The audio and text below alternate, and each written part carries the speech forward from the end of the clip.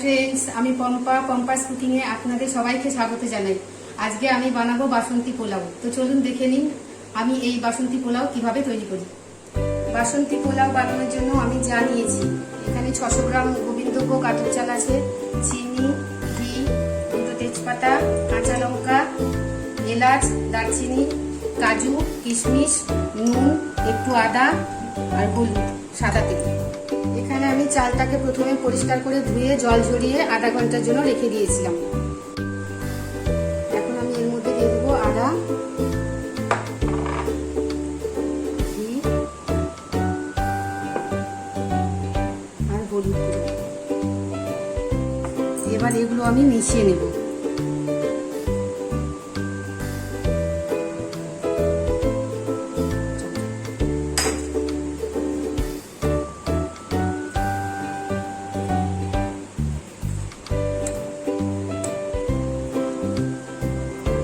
আমি হাত দিয়ে ভালো করে মিশিয়ে নেব।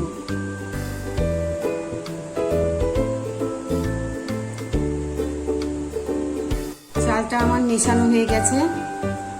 এবার আমি এটাকে রান্না করব। কড়াইটা আমি বসিয়ে দিয়েছি, কড়াই গরম হয়ে গেছে। এবার আমি এর মধ্যে দিয়ে দেব সাদা তেল।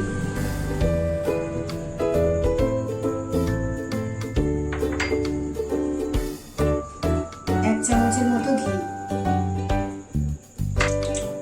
এবার আমি ফোড়ন দেব এলাচ, দারচিনি, তেজপাতা,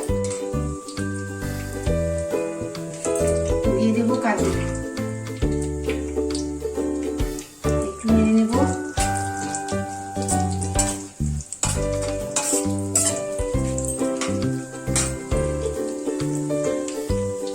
চালটাকে দিয়ে দেব।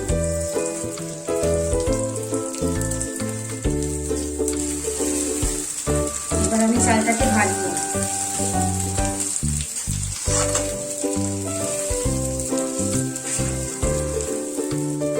এভাবে চালটাকে আমি 3 মিনিট ধরে ভেজে দেব।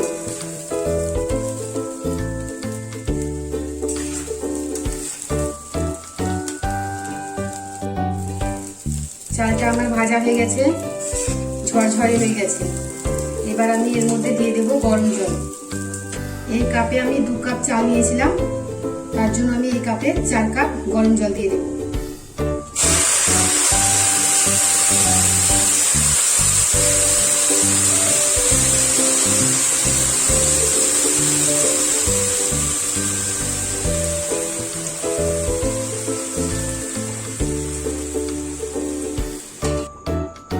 এবার আমি কিশমিশ দিয়ে দেব।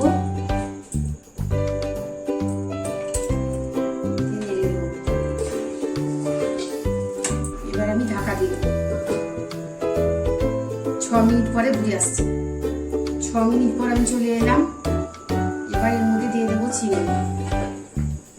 চিনিটা নিজেদের স্বাদ অনুযায়ী দেবেন, আর নুন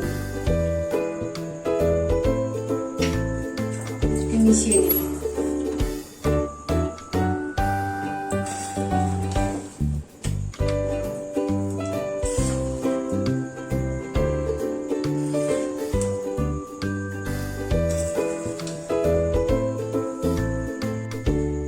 আমার নুন চিনি মেশানো হয়ে গেছে। এবার আমি আরো 2 মিনিটের জন্য ঢেকে দেব।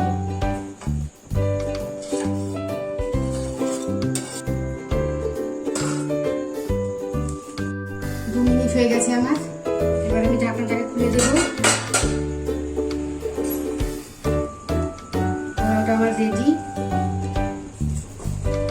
গ্যাসটা বন্ধ করে দেব। শাহি গরম মশলা দিয়ে দেব, একটু গোলাপ জল। আমার পোলাওটা রেডি।